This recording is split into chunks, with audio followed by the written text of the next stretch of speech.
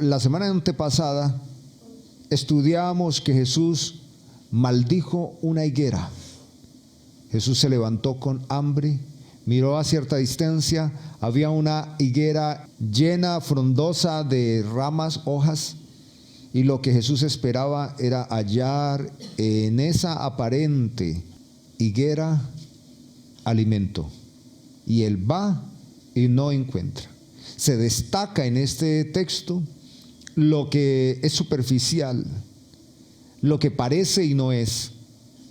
Y esta acción de Jesús, que parece muy dura, muy salida de la proporción de un hombre que tiene dominio propio, es realmente un acto profético.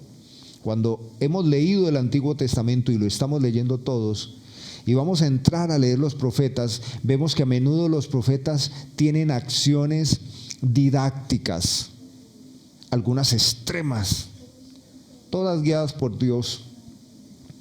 Un hombre profeta duró varios años desnudo, y así fue la confrontación de Dios a través del profeta, confrontando la desnudez y la vergüenza de la nación hebrea.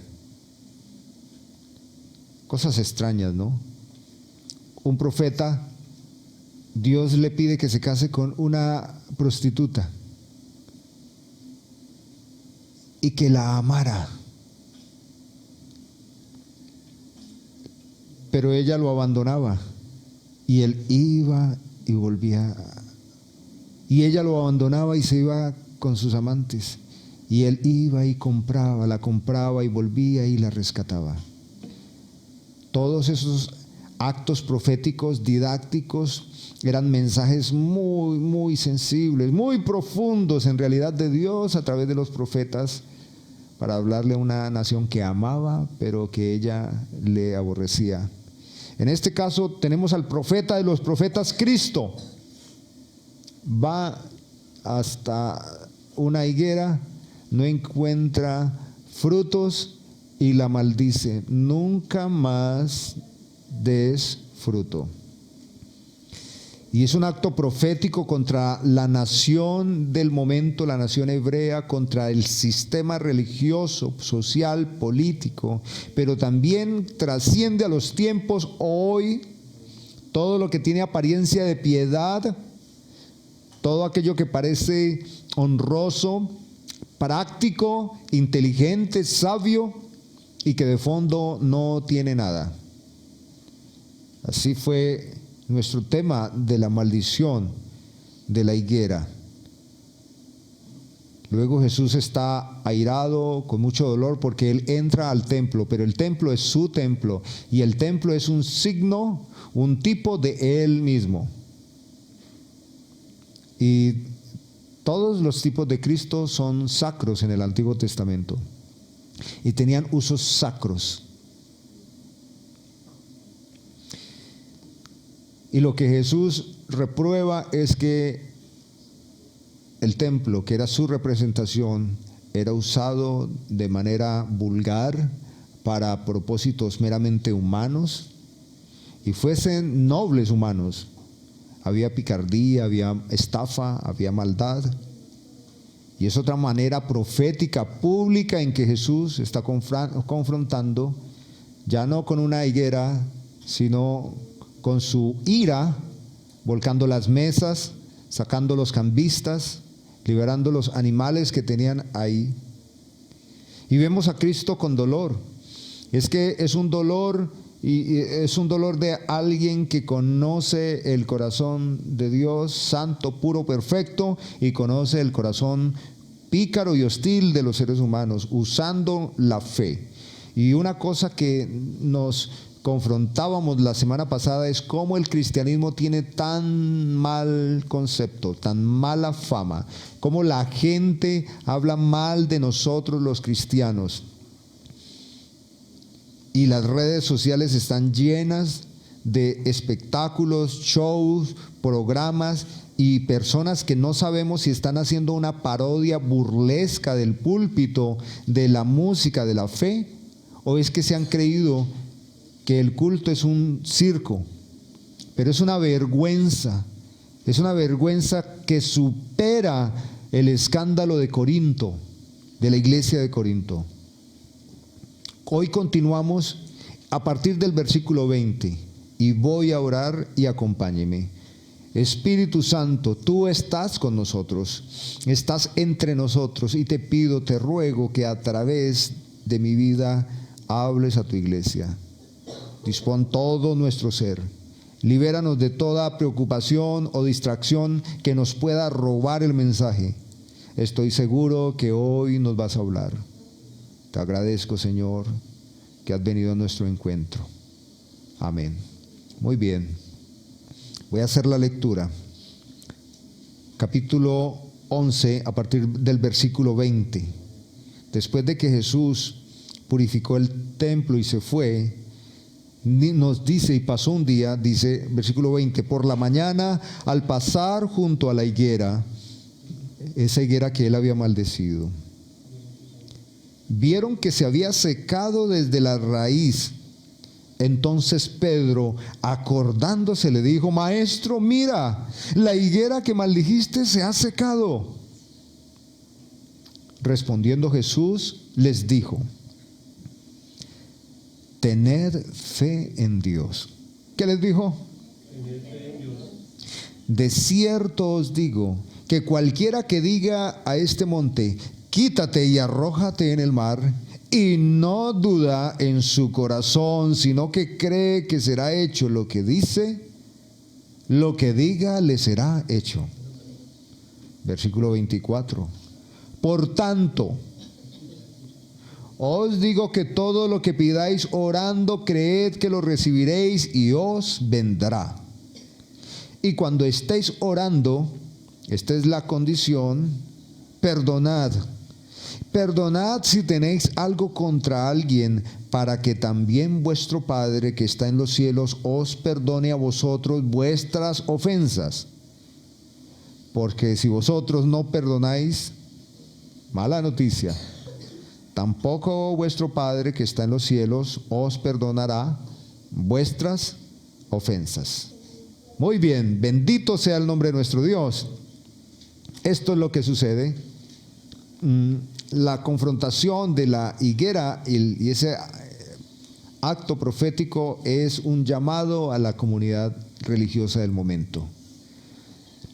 El entrar al templo y limpiar el templo es una confrontación también a los sacerdotes y también a los fariseos, a todo el Sanedrín, quienes están encargados de la administración de la fe de la pastoral.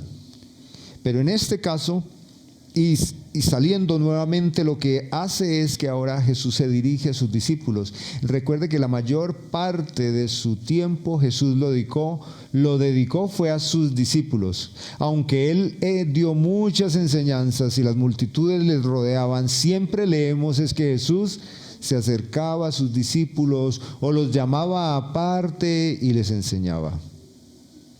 Y esto es muy importante porque muchas son las personas que por expectativas o por muchas otras razones pueden de vez en cuando prestar atención al mensaje, pero un discípulo es alguien que se ha comprometido consigo mismo y con su Señor, ser como su Señor. Eso era un discípulo. El discípulo entendía o asumía que nada era mejor que la sabiduría de su Señor y se entregaba a Él. Y Jesús les enseñaba a sus discípulos. Pedro observa la higuera y la ve amarilla, café, como cuando usted puede coger una rama y la quiebra y sabe que se ha secado desde raíz.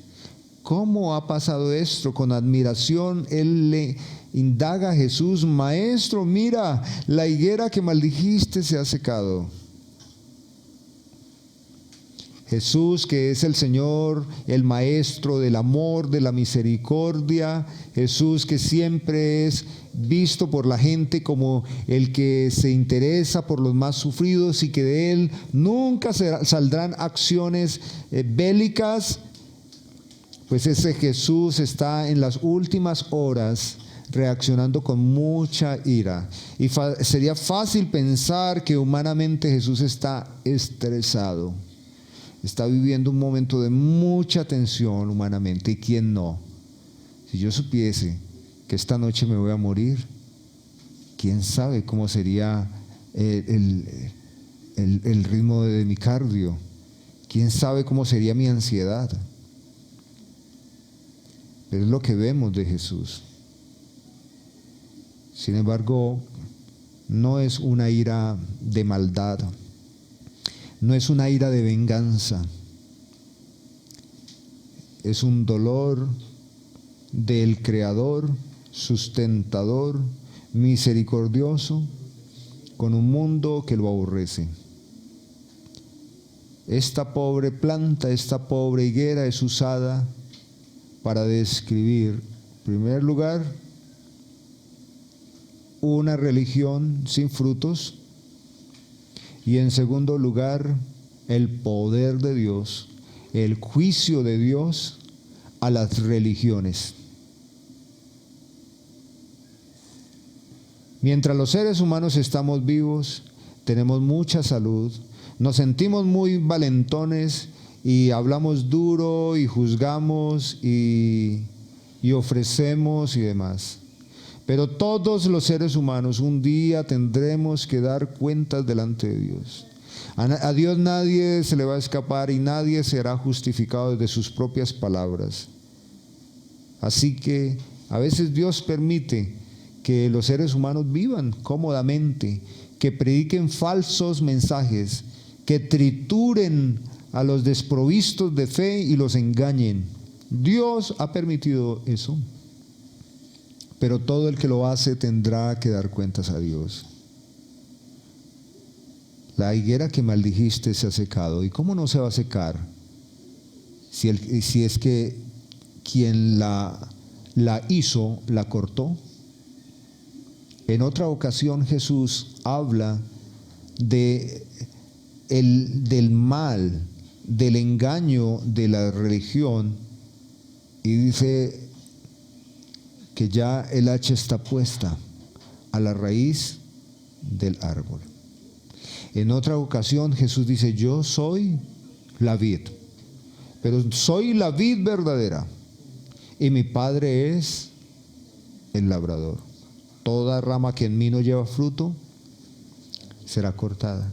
A mí me encantaría que este mensaje que doy produjera todo tipo de temor, de terror, de miedo en ustedes, acompañado de certeza y salvación. Porque la verdad es que vivimos en un tiempo donde la gente ya nada le impresiona y nada le asusta. ¿Podría Cristo Dios estar frente a ellos? Y no se impresionan. No se impresionan. Estos son los datos que vemos en los evangelios. La gente ya no se impresionaba con Jesús. Pero Jesús, que Él es la vida, Él ordenó que esta planta no viviera más. Como un acto profético para hablar de la mala y falsa religión que deteriora la conciencia de las personas.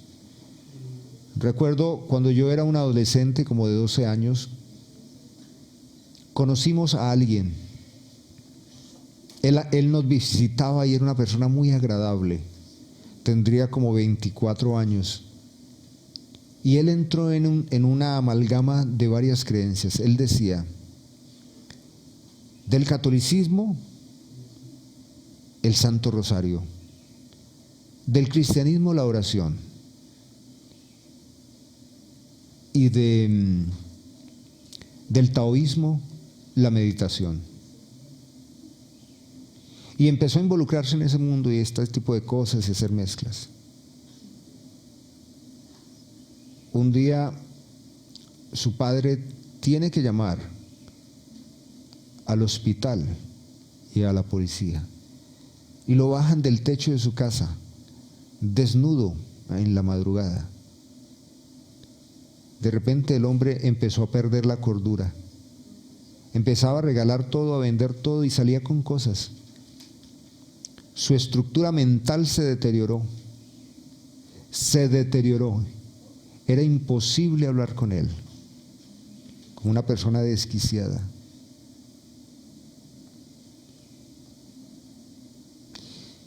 Esto es lo que sucedía con la comunidad judía, y ustedes que están leyendo el Antiguo Testamento, que estamos leyendo, vemos que este es siempre el problema de los hebreos.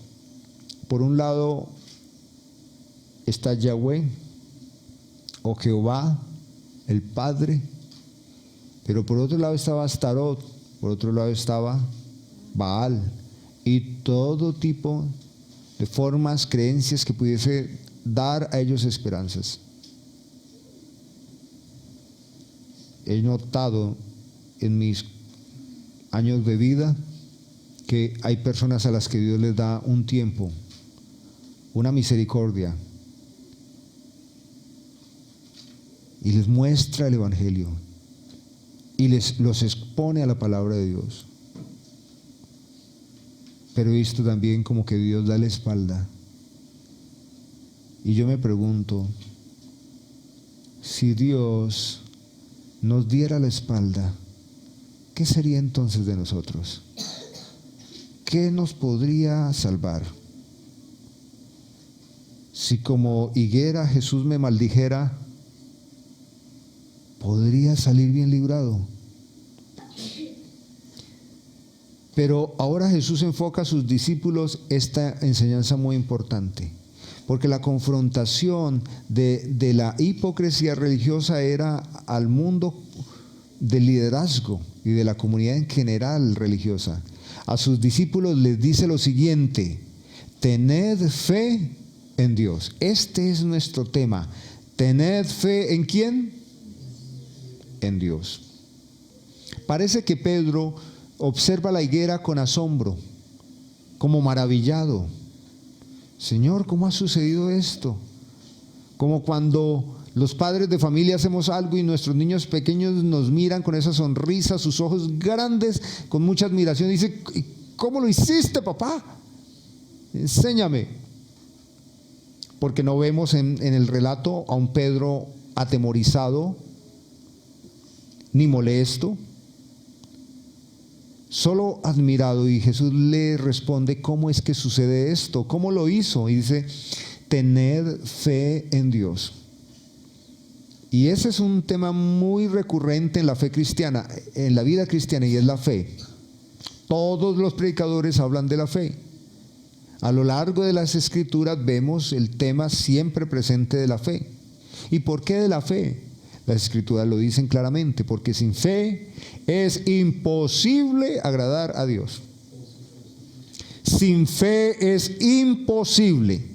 No hay ningún margen. Es imposible.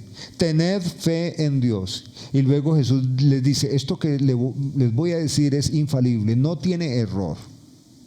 De cierto os digo que cualquiera que diga a este monte: quítate y arrójate en el mar, y no duda en su corazón, sino que cree que será hecho lo que dice, lo que diga le será hecho.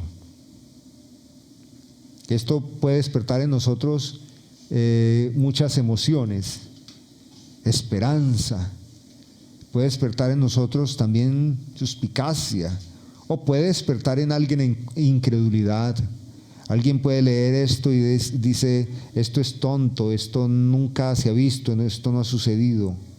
Algunos, desde la hermenéutica, podemos decir que esto es una hipérbole, que esto es una figura literaria de exageración para entregar una lección profunda, y es así.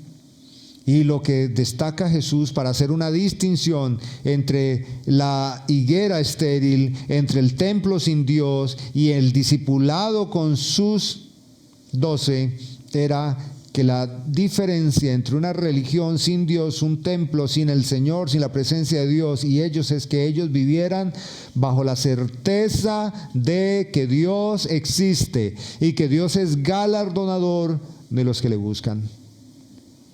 No podemos hacer culto si no tenemos certeza de que Dios existe, que es real y que está aquí, hermanos, entre nosotros, con nosotros. Cuando cantamos, nosotros tenemos que tener esa certeza que Él está aquí. Estas fiestas de las quinceañeras, que está la niña bonita, vestida, y está aquí la torta y las cosas, y está soplando la vela, y de repente irrumpe un sonido fuerte y como 10 o 15 mariachis con trompetas cantan con mucha energía. ¿Y a quién le cantan? A la quinceañera. Cuando cantamos, nosotros tenemos que estar seguros que es que el Señor está ahí, que no es una actividad artística. El Señor está ahí y Él es el homenaje es para Él. Cuando oramos, y ustedes lo hicieron hace un momento, oraron al Padre en el nombre de Jesús por alivio, por sanidad, por restauración. Si usted ora, usted tiene que tener esa certeza de que Dios está ahí. Es así como Jesús secó esta planta, este árbol. Es la certeza de Dios en el creyente. Jesús usa esta exageración para decir de que no hay imposibilidad en Dios, que no hay límites en Dios, que Dios es sobrenatural, que Dios es todo lo que jamás nosotros podemos, que Dios supera todas nuestras crisis y nuestras debilidades. Es una manera de Jesús decir que la seguridad de los discípulos no podía estar en el templo, no podía estar en la religión de apariencia, tenía que estar en Dios, puestos los ojos en Él, el autor y consumador de la fe, de la vida, de todas las realidades posibles, comprensibles. Él es el todo y en todo para todos nosotros. Es lo que Jesús le está diciendo a sus discípulos. Esta higuera la sequé como un acto profético de que no va más esta religión, de que en ese templo se ofrecen sacrificios, pero esos sacrificios no me representan a mí. Dios ha dado la espalda. Y cuando Jesús murió, cuando Jesús entregó su espíritu, hubo el último de todos los diálogos de Dios dentro del templo. ¿Cuál fue? ¿Recuerdan ustedes?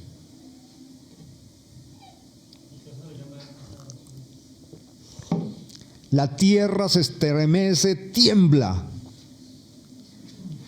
Y el telón que dividía el lugar santo y el lugar santísimo se rompe de arriba abajo, como Dios poniendo su dedo señalador de juicio a unos religiosos que no adoraban a Dios. Y Dios ya no tiene más comunión con esto. En algunos momentos, y leemos en el Antiguo Testamento, Dios tuvo juicios muy fuertes con hombres que intentaron usar los signos evangelísticos, las representaciones del tabernáculo a su manera, por practicidad o lo que sea. Hoy estaban hablando en la clase de hermenéutica, colocando el ejemplo de cómo Saúl, él la ve mejor, él la ve práctica. Él dice, pues ya vienen mis enemigos, necesitamos orar y santificar el momento para que Dios nos salve. Y no está aquí el profeta y sacerdote, entonces yo lo hago. La practicidad. Todas esas maneras de reaccionar no conforme al carácter de Dios, a lo establecido por Dios, lo que hacen es que se deforma, se deteriora, se desfigura el mensaje. El contraste de la realidad, de la integridad, sería tener fe en Dios. Usted puede poner su confianza en el Señor o puede tener una vida de actividades religiosas. Jesús dice, esas actividades religiosas no tienen que ver con mi reino. Hay personas que no van a faltar a sus templos, no van a faltar a sus actividades religiosas. Hay personas que siempre van a hacer caridad, hay personas que van a hacer peregrinajes, hay personas que van a hacer bien a muchos miserables, desprotegidos, hay personas que van a hacer muchas cosas que son humanamente admirables y qué bueno hacer nosotros cosas admirables. Pero si eso es la razón del culto de ellos, Dios dice no. Es así. Es así que Jesús reprueba el culto, reprueba el templo de esta manera y muestra que Él es la autoridad sobre toda su creación y que lo que podemos nosotros y debemos hacer es tener nuestra fe puesta en Dios.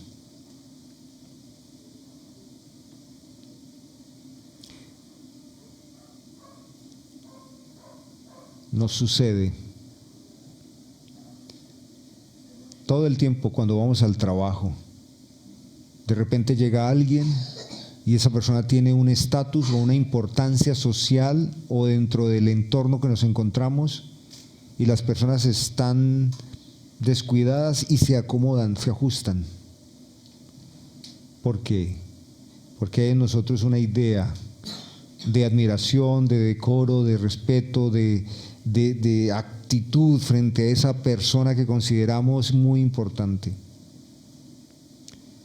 Creo que esto es lo que debemos sentir, pero permanentemente, al comprender que Dios está con nosotros. Dios está aquí y Dios está con usted y en usted donde quiera que va. Coram Deo. Siempre delante de la presencia de Dios. Tener fe en Dios es eso. Tener fe no es pararnos frente al espejo en la mañana y decir yo creo y estoy convencido y creo que creo y nada me va a apartar de mi convicción y me repito que creo. No. Tener fe en Dios no es orar a todo grito porque creo que si oro con toda fuerza entonces es una manifestación de mi fe. A veces la fe es tan silenciosa, a veces la fe no hace ruido ni tiene palabras, a veces la fe, como lo decíamos la semana pasada, a veces la fe es estar quietos y esperar y confiar que Él es Dios. A veces la fe es no hacer nada y algunos dicen que la fe es reaccionar cuando no vemos nada. Sí, a veces puede ser eso fe. También puede ser fe. Pero la fe en Dios es esa certeza de que Él está ahí. Primero, que Dios existe, está presente. En segundo lugar, que Él es todopoderoso. O dígame usted, ¿dónde ha conocido una persona que con el poder de sus palabras han cambiado las realidades? No. Los seres humanos no tenemos el poder en nuestras palabras para cambiar, tal vez para ofender o animar a alguien, tal vez para comprometernos con nuestras palabras algo que decimos, pero no conozco el primer ser humano que diga que aparezca aquí una mesa con 40 hamburguesas para ustedes y sucede. No conozco a alguien que haya logrado eso. Porque el poder creador en las palabras corresponde a Jesús, a Dios. Así encabeza Juan capítulo 1 diciendo que Él es el Logos, la palabra viva, creadora, sustentadora, que por él y por medio de Él fueron creados todas las cosas y que sin Él nada de lo que vemos, nada de lo que existe sería posible. Él es el poder. Tener fe es estar siempre constantes en nuestra relación con el Señor. Es una relación sostenida por esto. Él está aquí. Sin lugar a dudas, dice Jesús, de cierto os digo. Y Él dice que si oramos y no dudamos de que lo que pedimos al Señor, Él lo hará, entonces será hecho. ¿Qué le está pidiendo al Señor? ¿Cuál ha sido su oración las últimas semanas? Por favor, piénselo. No vamos a juzgar si es de Dios o no. Solo piense, ¿qué le ha pedido al Señor? ¿Qué es eso que le ha estado pidiendo? Y que espera, y que ha orado con lágrimas, o también a veces con molestia y aburrimiento. ¿Qué es eso que ha orado? Pues dice Jesús: de cierto os digo que cualquiera que diga a este monte, quítate y arrójate al mar, y no duda en su corazón, sino que cree que será hecho lo que dice, lo que diga le será hecho. Y él dice, para concluir esta afirmación, él dice, por lo tanto, les digo que todo lo que pidáis orando, ¿cómo debemos hacerlo? Creed que lo recibiréis. ¿Quién dijo esto? Aquel que maldijo la higuera y se secó. Aquel que resucitó a un hombre después de 3 días en su estado de descomposición. Él nos dio el secreto, el misterio. Él dijo, si usted va a orar al Padre, usted tiene que creer primero en Dios. Dios existe, Él es real y Él es galardonador de los que le buscan. En segundo lugar, tiene que orar creyendo que eso que ora al Señor lo va a recibir. Esa es la condición, la primera condición, que lo va a recibir. Creed que lo recibiréis, y luego dice Jesús, y entonces vendrá. Hay muchas cosas que en mi vida he orado y que no han venido. Hay cosas que le pido al Señor y que Dios no me ha dado, pero no me las dará. ¿Qué dicen ustedes?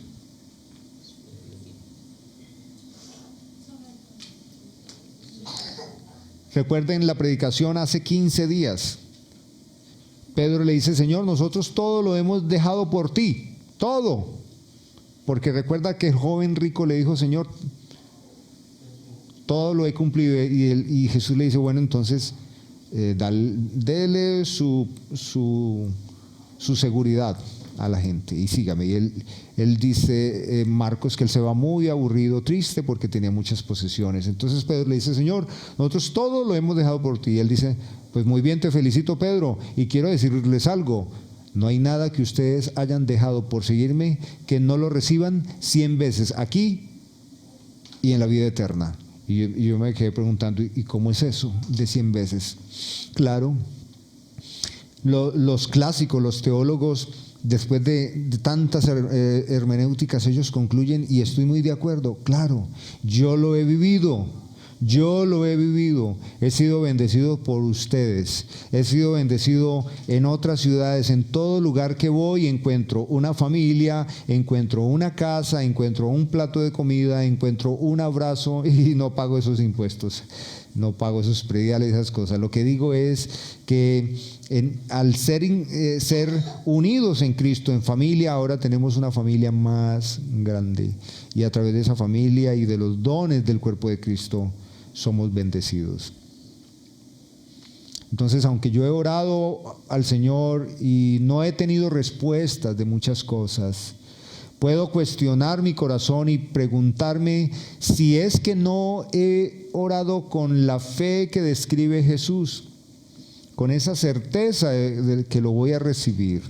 También puedo preguntarme si eso que yo pido está o no de acuerdo con el carácter de Dios y con los propósitos que Él tiene para mi vida o para su vida. Como padre de familia, tengo intereses muy claros en mi hija Grace y en Jacobo. Yo quiero que ellos sean lo que Dios quiere para sus vidas. Esos son mis intereses en ellos. Y hago todo lo posible para que ellos puedan vivir la vida que Dios quiere. Ahora, si yo como hombre, un humano pecador, deseo buenas cosas para mis hijos, ¿cuánto más no nuestro Padre Dios para nosotros? Por esa razón yo tengo que preguntarme también si lo que pido y no recibo tiene que ver con que pido mal para gastar en mis propios deleites humanos. Porque así lo dicen las Escrituras. Ustedes piden, pero no reciben, porque piden mal. Así que es muy claro que este texto hay que leerlo con el contexto general de las Escrituras, y no significa que todo lo que uno pida lo recibirá. Los que más logran recibir lo que piden, ¿quién son? Díganme ustedes. Alguien lo dijo. Michael, los niños. ¿Por qué? Porque los niños son intensos, constantes, y los padres frágiles y faltos de autoridad. Los niños son los que más lo logran. Niños, le dice el papá, ¿qué le dijo la mamá? ¿Cierto? El papá ya debería tener criterio, ¿no? Pero ¿qué le dijo la mamá? Y entonces se va, mamá, mi papá me dijo que sí. Él ya me dijo que sí. Y la mamá dice, si su papá dijo, o la mamá le dice que dice su papá.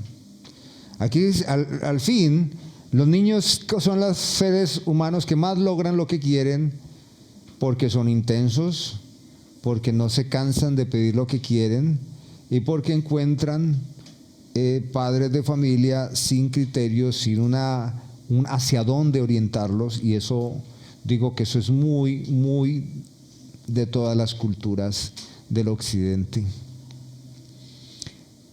Pero tener fe en Dios implica, como un niño, pedir al Señor y preguntarle al Señor, y también preguntarnos, esto que pido al Señor, ¿qué tiene que ver con el reino de los cielos? ¿De qué manera esto aporta a la gloria de Dios? ¿De qué manera esto que pido exalta más el nombre de Dios? ¿Y soy yo un instrumento para el Señor? Yo creo, hermanos, que cuando Jesús le dice a sus discípulos, tened fe y pidan con certeza y les será dado, es que tener fe en Dios es algo más profundo. Tener fe en Dios es una unión del corazón del hombre con el corazón de Dios, de manera tal que pasa como en los buenos matrimonios. Tienen un mismo sentir, tienen una misma expectativa, nomás se miran y ya saben lo que están diciendo y hasta ya han planeado las cosas. Y termina uno pidiendo lo que Dios quiere que pida. Y tiene esa certeza en el Señor, que Dios obra. Pero hay una segunda condición para que recibamos eso que le hemos pedido. Yo les pedí hace un momento, es que piensen en eso que todas estas semanas y meses le han pedido a Dios, ¿cierto? Yo creo que son una lista larga, pero siempre dentro de las listas tenemos algo que es más prioritario y que es más sentido. ¿De acuerdo? Piense, por favor, asuma que el Señor sí le quiere contestar eso, le quiere dar eso. Y usted ya llenó el primer requisito. ¿Cuál era? Creer que lo va a recibir. Lo primero es tener fe en Dios. Tener fe en Dios es creer que Dios existe, que Él es real y que es galardonador de los que le buscan. El segundo, creer que lo que pide lo recibirá. Si ya llenó esos dos, le falta el tercero. ¿El tercero será más fácil o será similar? Cuando estéis orando, perdonad. Perdonad si tenéis algo contra alguien. Y yo creo que hay cristianos genuinos, por supuesto. Hay cristianos, porque no se puede ser cristiano si no se cree que Dios existe. Y yo creo que hay cristianos que creen que pueden recibir lo que le piden al Señor. Pero no lo recibimos, ¿por qué? Porque tenemos un problema con alguien. Y yo creo que todos nos hemos molestado con alguien. Yo puedo decir que no tengo enemigos. Yo, Héctor David, puedo decir que no tengo enemigos. No le he ofrecido la muerte a alguien y hasta ahora alguien no me la ha ofrecido a mí. Pero eso no significa que no haya yo ofendido en la vida y que no me hayan ofendido muchas veces. Y a mí las personas que más me han ofendido no son los inconversos, sino las personas dentro de la iglesia. Y no los feligreses, sino en el equipo ministerial, y no ustedes. Hablo más administrativamente en otros proyectos que he desarrollado, y estoy diciendo verdad. Entonces, ¿y por qué digo que estoy diciendo verdad? Porque aclaro que no tiene que ver con ninguno de ustedes. Pero todos aquí nos hemos indigestado, nos hemos molestado, nos hemos airado con alguien, ¿sí o no? Es así. Y hasta ahí no hay pecado. No hay pecado, que a veces nos molestamos con alguien. Las Escrituras nos dicen esto en Efesios capítulo 4, que tenemos la facultad de airarnos. A veces la ira es un mecanismo, es una condición natural que nos advierte, nos restringe, nos ayuda. Entonces, airarnos no es pecado, no es inmoral. Pero dice Pablo, guiado por el Espíritu Santo, pero no pequéis. Y luego dice cómo es una forma de pecar, dejando pasar eso. Él dice poéticamente: no deje que el sol se oculte bajo vuestro enojo o ira. Y luego dice: quítese ustedes las griterías, las maledicencias, las groserías, las truanerías. Y todas esas ya son manifestaciones de una ira envenenada, o sea, pecado. Esta es la tercera condición para que Dios nos responda a eso que le estamos pidiendo. Alguno entre ustedes podría decir: oh Señor, yo quiero que tú me des esto es bueno. Y Dios dice: claro, es que eso es bueno, lo que estás pidiendo es, y yo te lo quiero dar.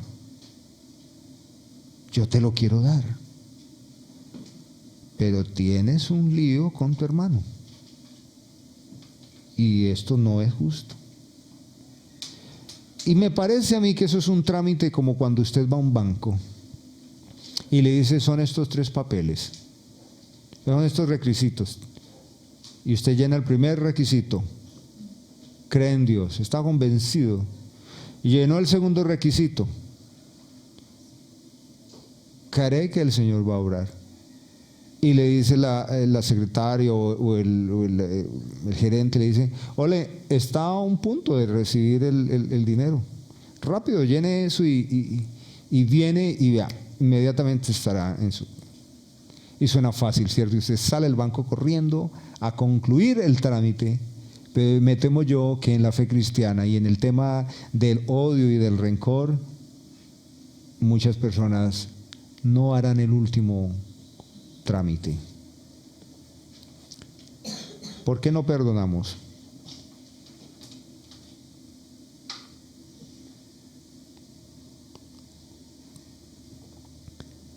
No perdonamos porque nos han herido muy al fondo.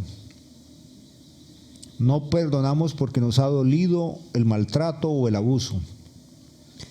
No perdonamos porque no nos vemos a sí mismos y notamos que nosotros también hacemos daño. Tampoco perdonamos porque es muy difícil perdonar a los pícaros. A mi manera de ver, y lo juzgo así, un pícaro no es una persona que comete un error. Un pícaro es una persona que toda su estructura mental se comprende siempre desde la artimaña. Entonces tampoco por eso perdonamos, porque decimos: perdonar a alguien que la hace y la sigue haciendo, esa persona no tiene perdón de Dios, decimos en nuestra cultura. Hay muchas razones siempre humanamente legítimas para no perdonar. Porque, por ejemplo, hay personas que provocan daños que no se pueden reparar. Hay ofensas y daños que con decir discúlpeme no se repara. Así que humanamente hay muchas razones por las cuales podríamos agarrarnos de la silla, empuñar la mano y decir, no perdono. Eso es comprensible, hermanos. Por eso el Evangelio requiere el Espíritu Santo. Porque solo el Espíritu Santo puede disipar, puede reducir la inflamación del alma, puede traernos paz, puede traernos resiliencia, ¿no? Puede traernos contentamiento. Y podemos ver al ofensor como alguien que puede ser justificado. Y creo que Jesús nos explica y nos da el argumento, y con esto terminamos. ¿Por qué razón tenemos que perdonar? Versículo 26. Porque si vosotros no perdonáis, tampoco vuestro Padre que está en los cielos os perdonará. Quiere decir que por mucho que a usted y a mí nos hayan hecho daño, nosotros hemos hecho daño a Dios primeramente y también al otro.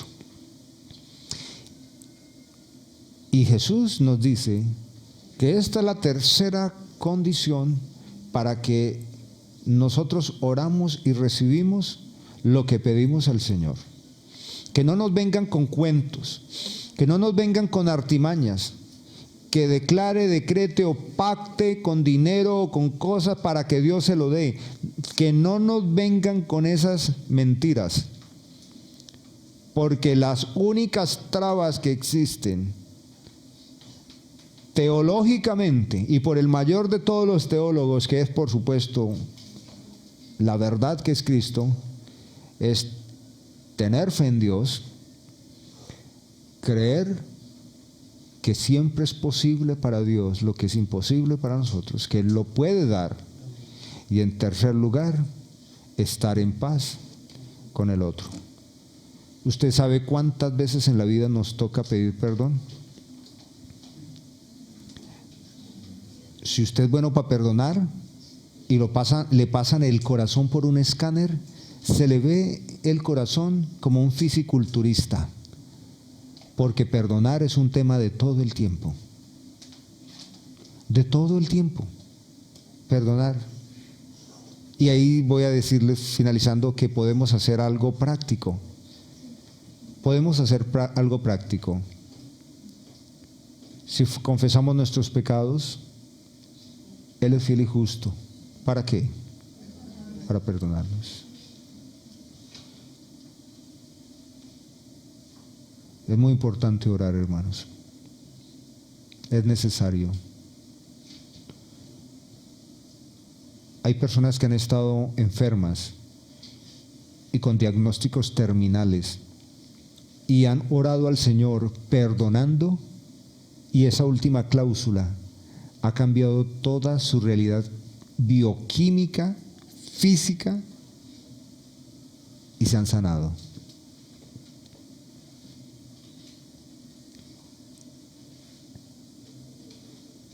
Y como que la ciencia no dice mucho de eso, pero el perdonar es un medicamento traído del cielo. No solo orar, hermanos. Así que cuando usted escucha que las personas dicen, ay, por favor, oren por Julanito, que está en esto, lo otro, para que Dios le haga esto. Uno se tiene que preguntar, ¿cómo es que Dios podría escuchar mi oración por otra persona que no tiene ningún interés ni voluntad, porque ni cree en Dios, ni cree que Dios puede obrar, y tampoco perdona?